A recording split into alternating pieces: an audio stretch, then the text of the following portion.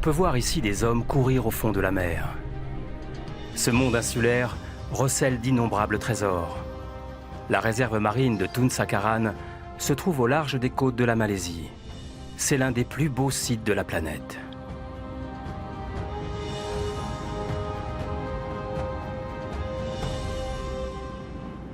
Au cœur de cette réserve naturelle, un ensemble d'îlots volcaniques est disposé en arc de cercle. Les habitants ont baptisé ce groupe d'îles la Dame endormie. Il faut l'imaginer couché sur le dos en train de contempler les nuages. À l'origine de ce paysage, il y a un volcan qui est entré en éruption il y a 2,5 millions d'années.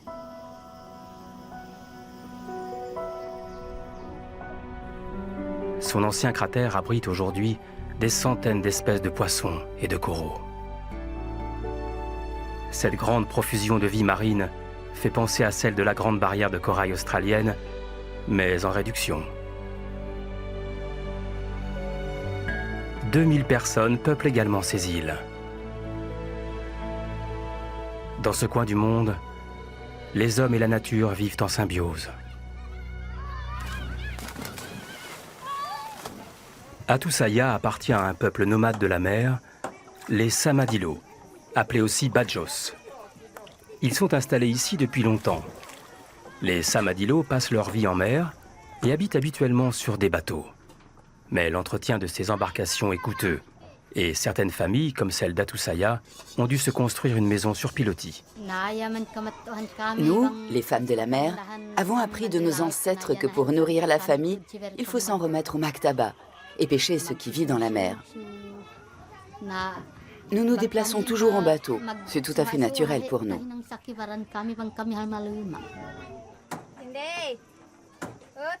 Les Samadilo ne consomment pas d'animaux terrestres. Nous pouvons manger tout ce qui vient de la mer, tous les poissons, des plus petits aux plus gros, mais pas les dauphins. Tandis que les femmes ramassent des coquillages, les hommes partent pêcher au large. Parfois, ils ramènent suffisamment de poissons pour en vendre une partie et pouvoir acheter ce qui manque au foyer. Mais le plus souvent, ils ont du mal à nourrir leur famille. Car depuis quelques années, la pêche est devenue très aléatoire. Le mari d'Atusaya, Yukai, et son frère se sont d'ailleurs fait une raison. On ne peut jamais savoir si on fera une bonne pêche. C'est une question de chance. On part en mer et on tente notre chance. Les jours où les poissons nous parlent, on en ramène beaucoup. Pourtant, le poisson ne manque pas dans les eaux de la réserve et de ses alentours. Tun Sakaran est situé dans le fameux triangle de corail, la région qui concentre la plus grande biodiversité marine du monde. La réserve nationale couvre une superficie de 350 km². Elle se trouve dans la partie de Bornéo qui appartient à la Malaisie. Dans cette région, protégée depuis 2004, il est strictement interdit de pêcher et de ramasser des fruits de mer. Les Samadilo, comme Yukai et son frère, ont conservé le droit de vivre dans la réserve naturelle tant qu'ils pêchent dans les zones où c'est toléré. À chaque fois qu'ils lancent leur ligne, ils ramènent un poisson, mais aucun ne mesure plus de 15 cm. Pas moins de 8 espèces de poissons différentes, et pourtant c'est à peine si les prises suffiront pour le repas du soir. La réserve de Tun Sakaran abrite plus de 250 variétés de coraux et 600 espèces de poissons.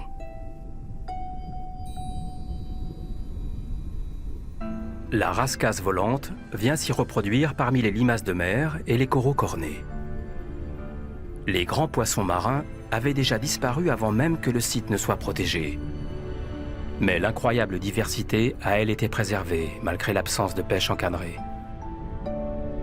Les chercheurs ont découvert que la réserve comportait au moins 5 types d'habitats sous-marins où des espèces se reproduisent.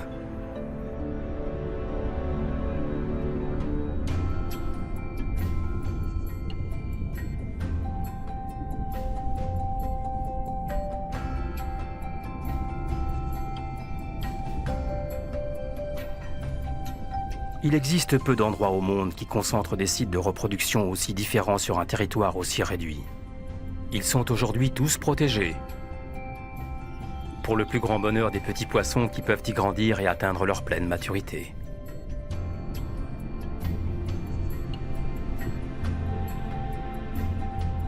Ces eaux sont aussi fréquentées par d'autres espèces de plus grande taille. Les tortues vertes y viennent se nourrir et se faire toiletter. Elles s'en remettent aux bons soins des poissons chirurgiens qui ont au fait de les débarrasser des parasites qui s'accrochent à leur carapace. Elles doivent leur nom de tortues vertes au fait qu'elles se nourrissent presque exclusivement de plantes marines qui donnent à leur chair sa couleur verdâtre. Les algues ont leur préférence.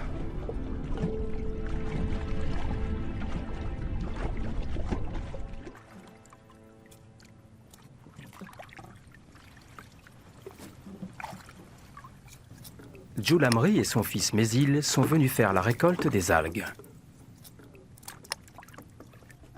Papa, est-ce qu'il faudra ramasser toutes ces algues?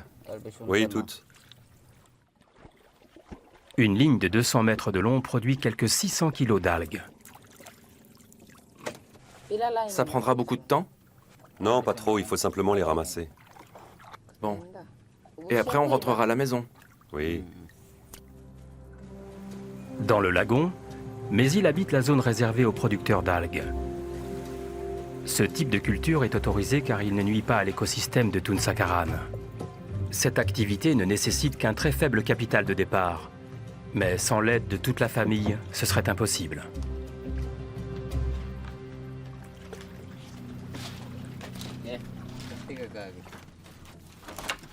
Mésil est enfant unique et ses cousins viennent tous les 2 mois en renfort au moment de la récolte.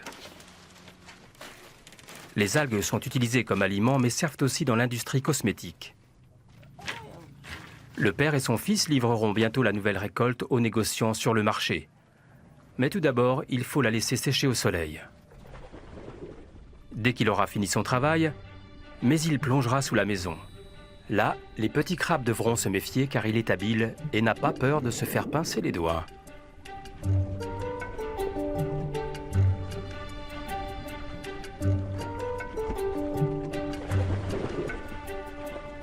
Les crustacés lui serviront d'appât. Dans la mesure où les algues constituent une activité suffisamment rentable, la famille n'a pas besoin de pêcher pour se nourrir.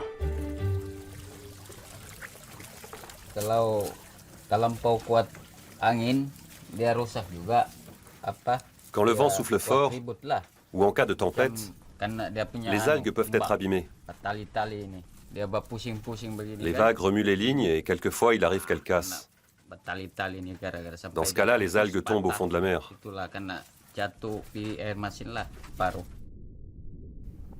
Djoulamri en a terminé avant que le vent ne se mette à souffler, tandis qu'un autre élément perturbateur se profile déjà. La mousson du sud-est va apporter des pluies qui risquent d'empêcher les algues de sécher. Mésil a 13 ans et se réjouit de la mousson qui rompt un peu la monotonie.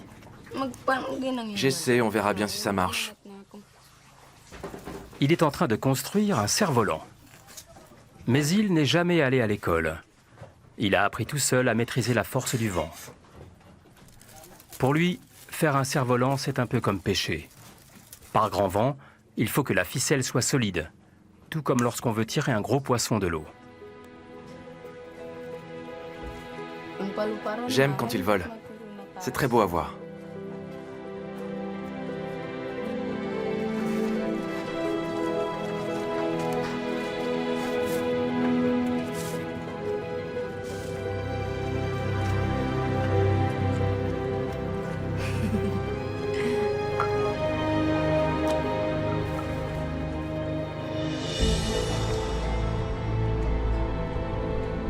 Dans les profondeurs sous-marines, par-delà les champs d'algues, une tortue mâle s'est mise en quête d'une femelle. Habituellement, ce sont des animaux solitaires. Mais en période de reproduction, ils se rapprochent pour trouver des partenaires. Les femelles tentent d'attirer le plus grand nombre possible de mâles. Leurs œufs pourront ainsi être fécondés par plusieurs mâles différents.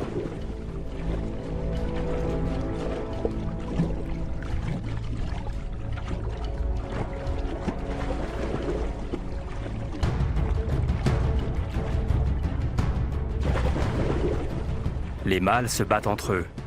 Tous veulent approcher la femelle. Elle supporte patiemment leurs assauts, car plus la diversité génétique de sa progéniture sera grande, plus l'espèce aura de chances de survivre.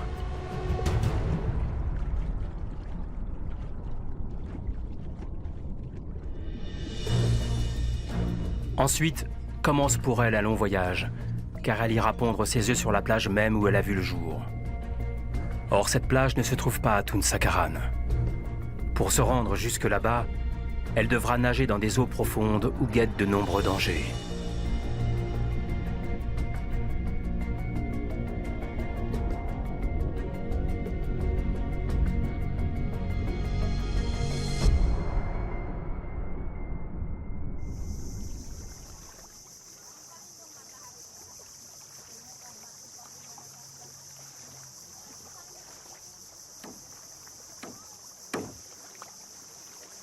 Dans la réserve naturelle de Tun Sakaran, au village des Samadilo, Yukai et son frère construisent un bateau.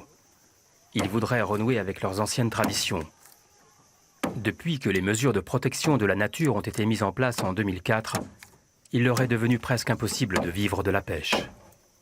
Nous construisons un bateau suffisamment grand pour pouvoir vivre dessus et aller tenter notre chance ailleurs. Il nous permettra de nous rendre là où il y a suffisamment de poissons, de coquillages et de crustacés. Voilà à quoi ressemblera le bateau une fois achevé. Une quinzaine de personnes pourront vivre dessus. Si nous n'avons pas assez d'argent, nous ne pourrons pas finir le bateau à temps. Et nous devrons attendre avant de partir. Je vais partir avec quelques autres ramasser des fruits de mer pour gagner un peu d'argent. Tant que Yukai et son frère sont occupés à construire le bateau, c'est moi qui dois subvenir à nos besoins. J'irai aux Philippines ramasser des gros coquillages. Je serai partie quelque temps, au moins pendant 2 semaines. Dans les récifs de Tun Sakaran, la pêche au bénitier, un coquillage géant, est désormais interdite. Atusaya devra louer un bateau à moteur pour se rendre à une centaine de kilomètres de là, dans une région riche en bénitier. Mais ce périple n'est pas sans risque. Il peut y avoir une tempête. Je peux aussi me faire attaquer par des pirates ou arrêter par des gardes-côtes philippins. C'est pour cela que mon mari se fera du souci tant que je serai partie. Je rentrerai quand j'aurai ramassé suffisamment de coquillages. Et si tout se passe bien, ces gains couvriront largement les frais de location du bateau. Les eaux de Tun Sakaran abritent 7 variétés de bénitiers géants. Ils peuvent atteindre 1 mètre de long et vivre jusqu'à 100 ans. Leur chair étant très appréciée, ils ont presque complètement disparu.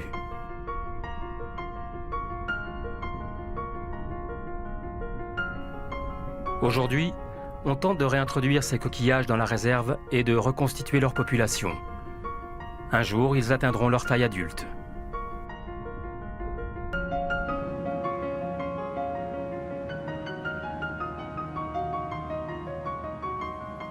Un autre membre du village des Samadilo sort du périmètre de protection pour gagner les eaux où la pêche est autorisée. Sulbin est un plongeur hors pair. Et ses talents exceptionnels l'ont fait connaître bien au-delà des frontières de son village.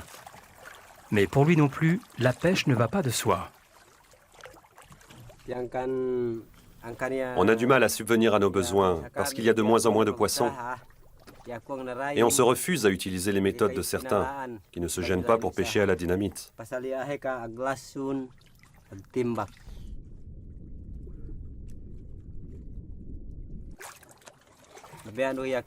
Nous, on ne pêche qu'avec des harpons et des hameçons.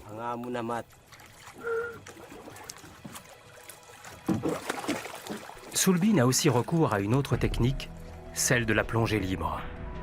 Et il possède une maîtrise respiratoire tout à fait exceptionnelle. Au cours de cette plongée, il est resté en apnée durant 2 minutes et demie. Sulbin n'a plus besoin d'équilibrer la pression sur ses tympans pour éviter la douleur au niveau de l'oreille, car ils ont été percés assez tôt dans sa carrière de plongeur et il est maintenant presque sourd.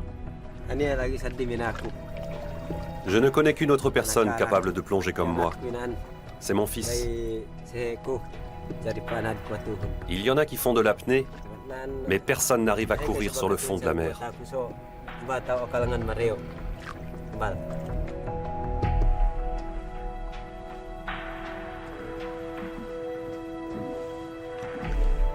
Il y a beaucoup de poissons dans ce coin. Il faut que je me rapproche du corail.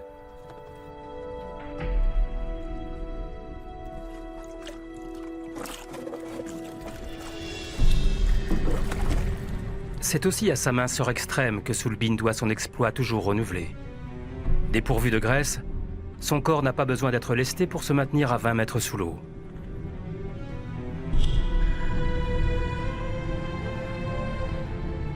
C'est ainsi qu'on peut le voir courir comme au ralenti parmi les coraux.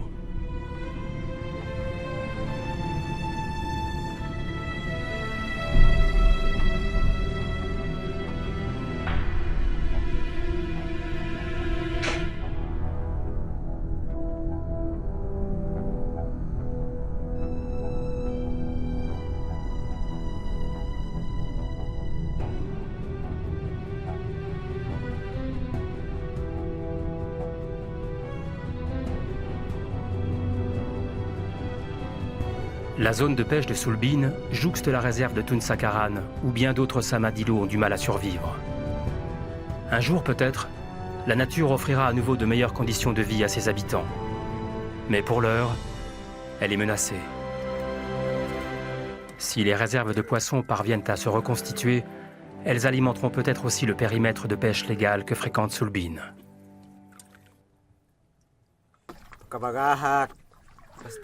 Tant que je pourrai pêcher, nous resterons ici pour nous nourrir, moi et ma famille.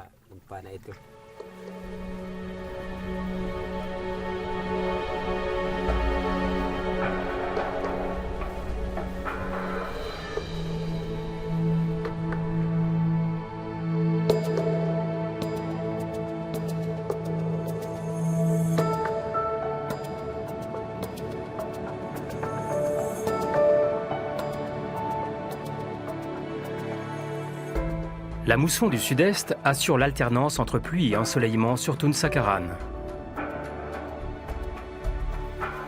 Dans sa maison sur l'eau, Julamri a fait sécher sa dernière récolte d'algues. Il doit payer des gens pour l'aider à les mettre à l'abri ou à les couvrir s'il venait à pleuvoir. Les algues auront tout juste le temps de sécher avant d'être livrées aux marchands.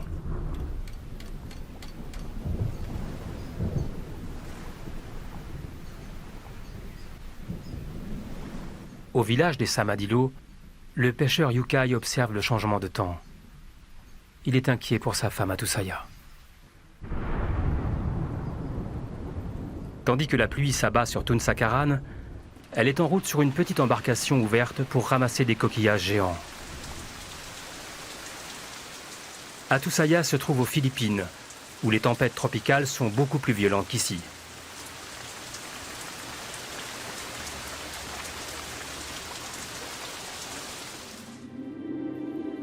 Mais la mousson est indispensable. Elle apporte l'eau nécessaire aux forêts tropicales qui recouvrent la Dame endormie. Du fait de leur nature volcanique, ces îlots présentent nombre de failles et de ravins où les animaux trouvent à la fois refuge et nourriture. On y rencontre le gecko toqué, le deuxième de son espèce par la taille. Les calao bicornes se nourrissent volontiers de gros geckos et de bananes qui sont cultivés sur l'île.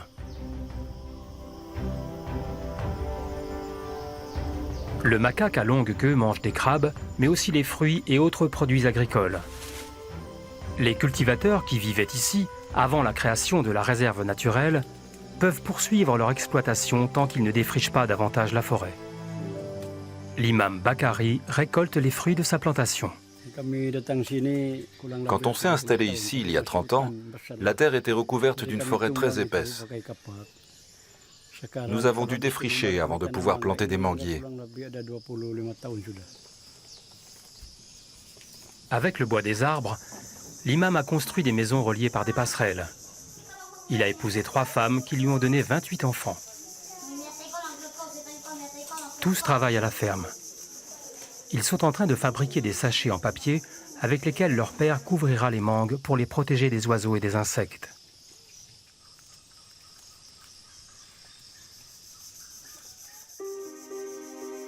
L'imam Bakari n'a pas abattu tous les arbres qui se trouvaient sur son terrain. Car à l'époque, il y a 30 ans, des choses étranges se sont produites ici.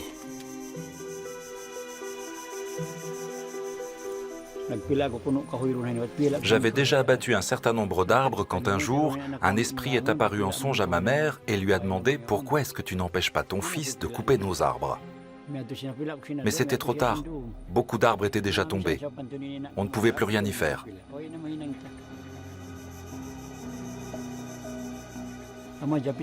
Peu de temps après, j'ai failli être écrasé par la chute d'un arbre. Mais ce n'était peut-être qu'un hasard.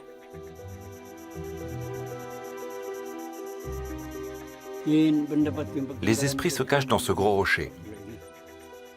Ils demeurent sans doute là-haut, sur la falaise. Mais ils peuvent passer d'un endroit à l'autre. La croyance en des esprits vivants dans les arbres et les rochers est beaucoup plus ancienne que l'islam. Les missionnaires musulmans ont dû intégrer ces croyances animistes au sein de leur religion. Le fils aîné de l'imam croit lui aussi en l'existence de ces esprits. En général, ce sont des esprits pacifiques. Mais il peut arriver que des touristes, sans le savoir, se comportent mal. Et là, les esprits peuvent se mettre en colère. Un homme qui ne connaissait pas ces coutumes locales a fait les frais de son ignorance. Ses ennuis ont commencé un jour où Armstrong se trouvait dans le jardin de l'imam et qu'il a uriné sur un rocher qui abritait un esprit.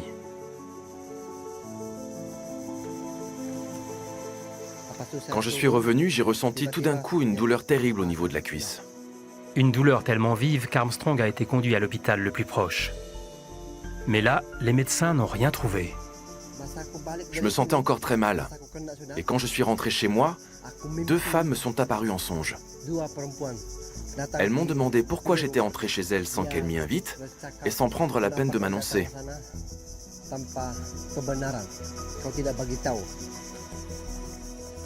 Armstrong doit maintenant revenir se présenter devant le rocher où ses malheurs ont commencé. Il redoute ce moment.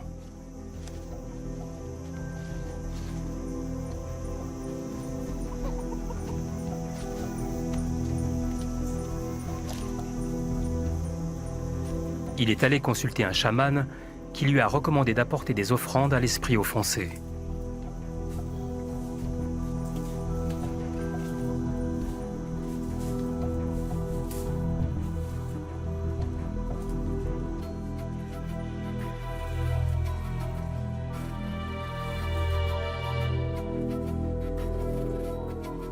Maintenant, il vient offrir un coq, des drapeaux de couleur, du riz safrané et des œufs. Il faudra que l'esprit les accepte pour que la guérison s'amorce. Le chaman n'était pas en mesure de dire à Armstrong quand cela se produirait. Il doit maintenant attendre d'être exaucé. Ces esprits sont menés par une femme qui tente de nous séduire pour nous entraîner avec elle dans son monde mystérieux.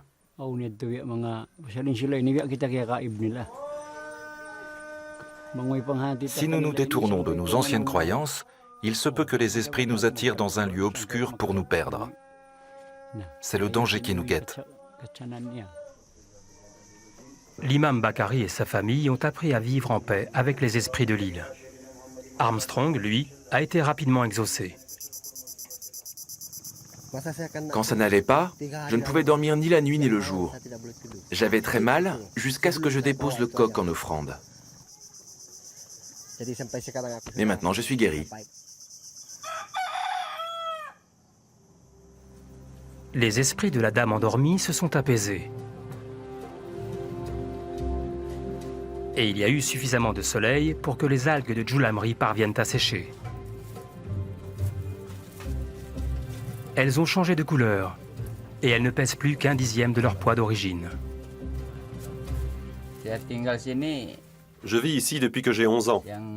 C'est à cette époque que j'ai appris à cultiver les algues. Dans la réserve naturelle de Tun Sakaran, 150 familles vivent aujourd'hui de la culture des algues. C'est pratiquement le seul moyen de gagner sa vie sur l'île parce que cette activité ne porte pas préjudice à l'écosystème. Une bonne perspective d'avenir pour mes îles. Avec un peu de chance, mes îles deviendra peut-être un jour un vrai big boss. Quand il sera grand. Près de 100 kilos d'algues séchées vont pouvoir être livrées. Julamri devrait en tirer dans les 90 €. Cette fois-ci, les gains sont modestes. Mais il y a des mois où il gagne le double.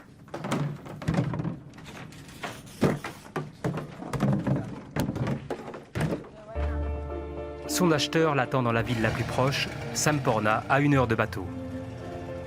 Toute la famille l'accompagne pour ramener de l'eau potable et faire peut-être quelques emplettes.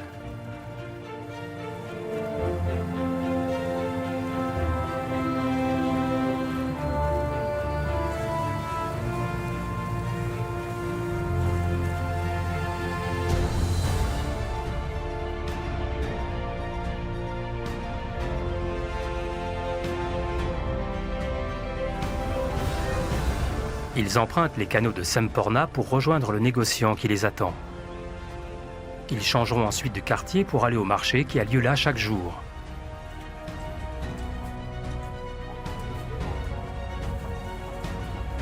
Semporna abrite un important marché aux poissons. La Malaisie est le pays qui consomme le plus de poissons par habitant au niveau mondial. Et la demande internationale a doublé au cours de ces dernières années. À voir ces étals, on pourrait penser que la marchandise abonde.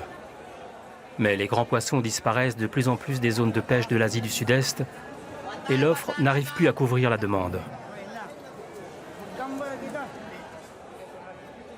Les mesures de protection mises en place dans les récifs de Tun Sakaran devraient contribuer à reconstituer les réserves.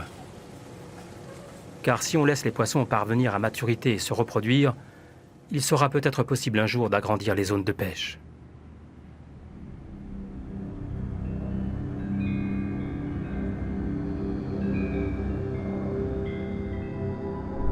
Les poissons ne connaissent aucune frontière. Et les tortues de mer non plus. Cette tortue verte a entrepris un long voyage pour aller pondre ses œufs sur la plage où elle-même a vu le jour. Elle est désormais sortie de la zone protégée et nage dans les eaux où les hommes jettent leurs filets pour pêcher le thon.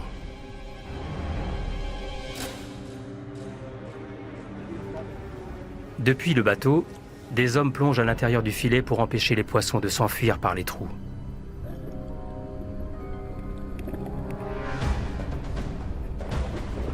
En temps normal, les tortues peuvent rester jusqu'à 6 heures sous l'eau avant de remonter et respirer à la surface. En revanche, si elles se prennent dans un filet, elles épuisent en quelques minutes leur réserve d'oxygène. Tandis qu'ils surveillent les bancs de thon, ce pêcheur sauve la tortue d'une mort certaine. Elle va donc pouvoir poursuivre son chemin.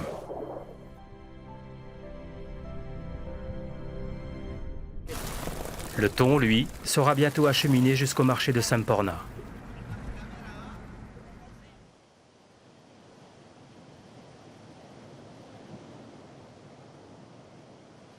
Revenons dans la réserve naturelle de Tun Sakaran.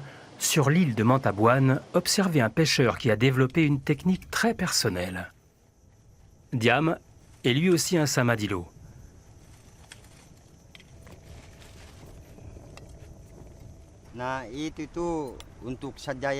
Un jour que j'étais sous l'eau, j'ai vu une pieuvre attraper un crabe et le manger. Alors je me suis dit que si je faisais un appât en forme de crabe, je pourrais sûrement en attraper.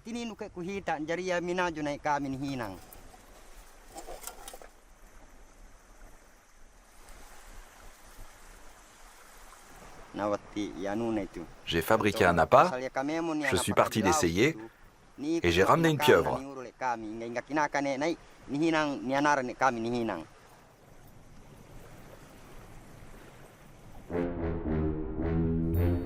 Diam a mis au point une technique très efficace dans les récifs de Mantabuan, où les pieuvres sont nombreuses à se cacher parmi les coraux.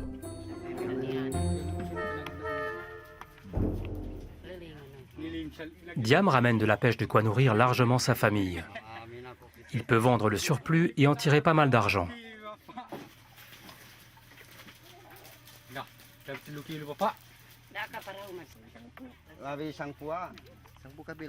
Il a désormais abandonné le mode de vie traditionnel des Samadilo.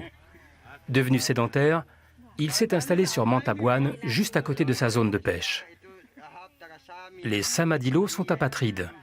Ces habitants de la mer n'ont aucun papier d'identité. Diam et ses proches sont toutefois tolérés sur les terres de Mantabouane, jusqu'à nouvel ordre. Le gouvernement nous a fait savoir qu'il fallait que nous quittions l'île. Les villageois ne sont plus autorisés à rester ici.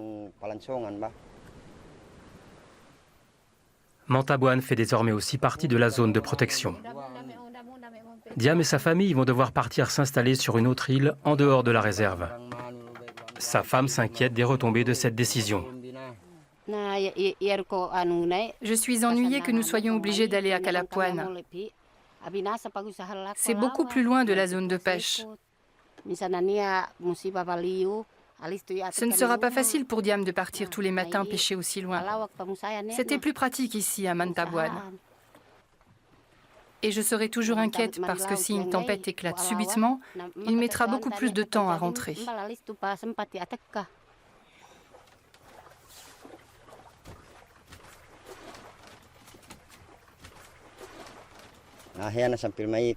Nous sommes des gens simples. Nous ne parlons pas les langues étrangères.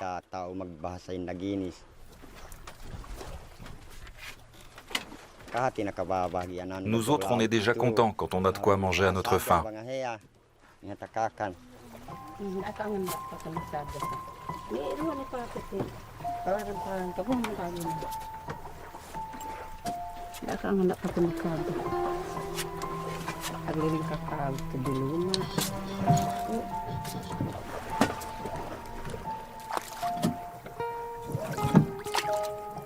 Les pieuvres seront désormais à l'abri des appâts mortels de Diam. Et l'environnement de Mantabouane ne subira plus l'empreinte écologique des hommes qui vivaient sur ses côtes. Diam et sa famille quittent leur maison.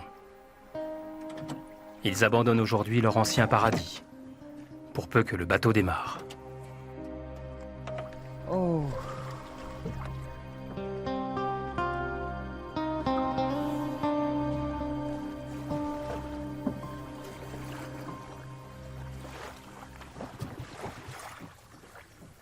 Ils devront voyager 2 heures avant d'arriver à destination sous un soleil de plomb et par un taux d'humidité extrême.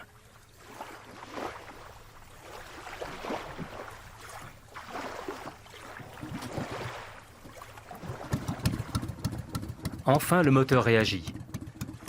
Ils vont pouvoir quitter la réserve naturelle de Tunsakaran.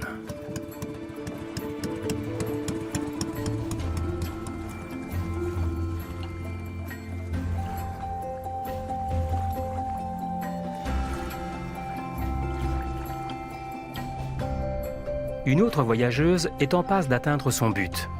Elle s'oriente en fonction du champ magnétique terrestre qui la guide jusqu'à l'endroit où elle ira pondre ses œufs, sur l'île de Sipadan. C'est ici qu'elle a pris la mer sitôt sortie de l'œuf il y a une vingtaine d'années. Depuis, elle revient au moins tous les 4 ans sur cette plage pour creuser un nid. Mais pour cela, elle attend que la nuit tombe et que la chaleur du soleil ne soit plus un danger pour elle. Dans l'eau, elle devra toutefois se méfier d'un autre danger. Un endroit sombre qui peut lui être tout aussi fatal que les rayons ardents du soleil. C'est l'entrée d'une grotte où de nombreuses tortues épuisées se sont perdues et d'où elles ne sont jamais revenues.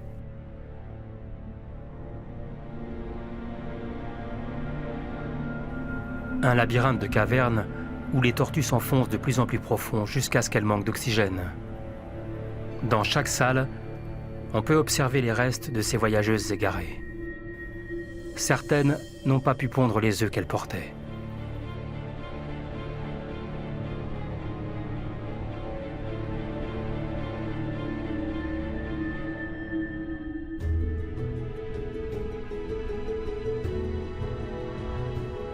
La nôtre, en revanche, a réussi à passer l'obstacle. On la voit ici nager sous les bancs de poissons.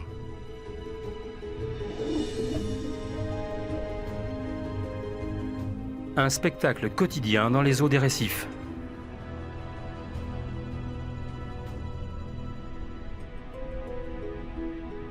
Depuis maintenant plusieurs dizaines d'années, la pêche est interdite dans les eaux de Sipadan.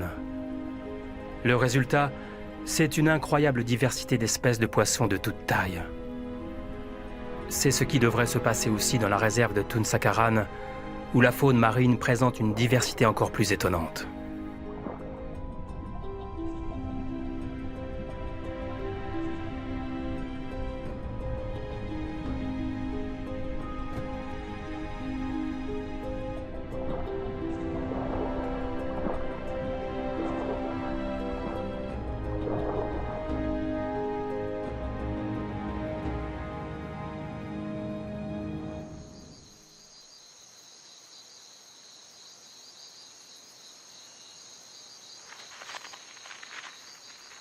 Sous le ciel étoilé, la tortue verte pond jusqu'à une centaine d'œufs.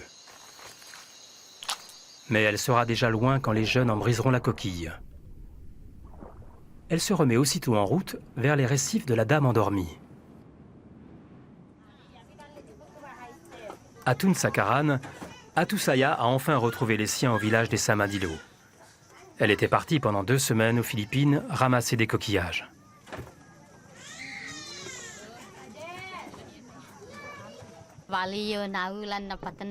J'ai dû affronter plusieurs tempêtes et de très fortes pluies. Et quand il ne pleuvait pas, il fallait supporter la chaleur. Et voilà pourquoi elle a enduré ces 2 semaines. Un seau rempli de chair de bénitier. En Asie, c'est un mets très recherché, entre autres pour ses vertus aphrodisiaques. Mais ce n'est pas la famille d'Atusaya qui s'en fera un festin. Après avoir laissé sécher la chair des coquillages pendant 2 jours au soleil, il faut maintenant la nettoyer pour pouvoir la livrer aux négociants. Il faut bien les nettoyer, sinon le marchand exige un rabais. Atusaya et sa famille fondent beaucoup d'espoir dans ces coquillages, car l'argent qu'ils vont rapporter les aidera à quitter la réserve de Tun Sakaran. Avec l'argent que nous allons gagner, nous pourrons nourrir la famille, le temps que mon mari construise le bateau. Avec le bateau, ils pourront naviguer en pleine mer et pêcher où bon leur semblera.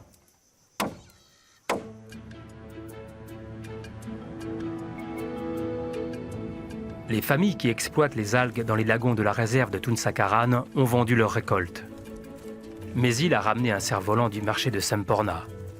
Un grand cerf-volant multicolore.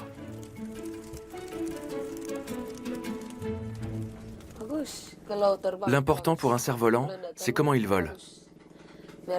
S'il n'est pas très beau, ce n'est pas grave, pourvu qu'il vole bien. Mais le cadre de celui qu'il a acheté au marché n'est pas très stable. Il tient seulement par une ficelle. Mais il commence par le consolider. Avant de commencer, j'ai bien pris les mesures. Ensuite, j'ai recourbé le bois de cette tige qui doit être très souple. Par contre, la tige centrale doit être rigide. Elle ne doit surtout pas se briser. Mais il nous explique que faire voler un cerf-volant, c'est un peu comme pêcher. À nouveau, il compare la tension exercée par le vent à un gros poisson accroché au bout d'une ligne. Pourtant, cela fait longtemps que Mésil n'a pas attrapé de gros poissons à Tun Sakaran. Quand il reprendra l'exploitation de son père, les eaux du lagon regorgeront peut-être à nouveau de poissons. En attendant, il s'entraîne à pêcher avec le vent.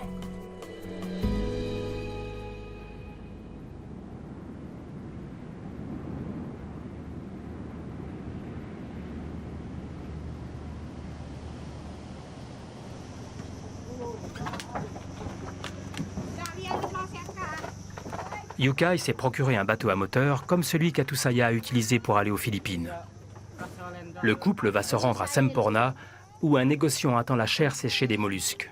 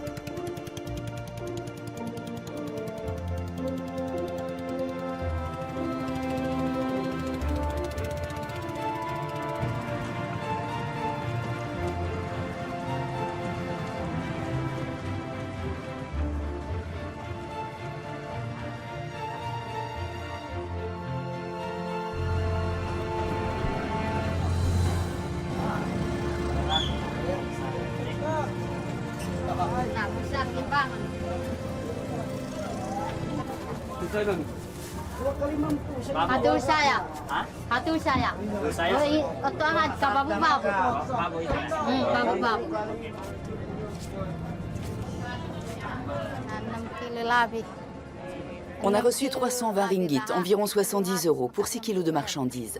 Mais il a fallu que je redonne la moitié pour payer le bateau. C'est bien, même si on espérait en tirer un peu plus. C'est tout ce qu'on a pu obtenir, mais on a maintenant un peu d'argent à dépenser. L'argent ne leur permettra pas de tenir jusqu'à ce que le bateau soit achevé. Mais tôt ou tard, ce jour viendra.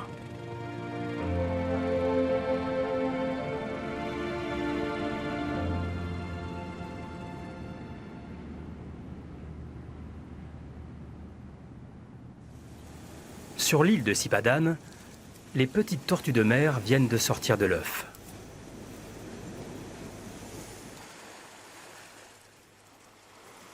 Aussitôt écloses, elles se dirigent le plus vite possible vers la mer, guidées par la lumière de l'horizon.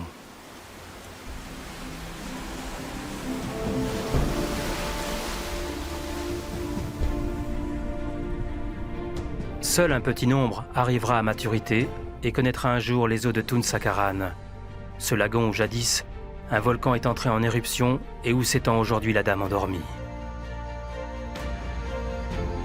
Les bancs de poissons sont en train de se reconstituer et les bénitiers géants sont en pleine période de reproduction. Dans l'espoir que Tun Sakaran retrouve son équilibre naturel, certains habitants sont contraints de quitter la réserve et très peu sont autorisés à rester sur place. Ainsi, les richesses de son milieu sous-marin seront préservées.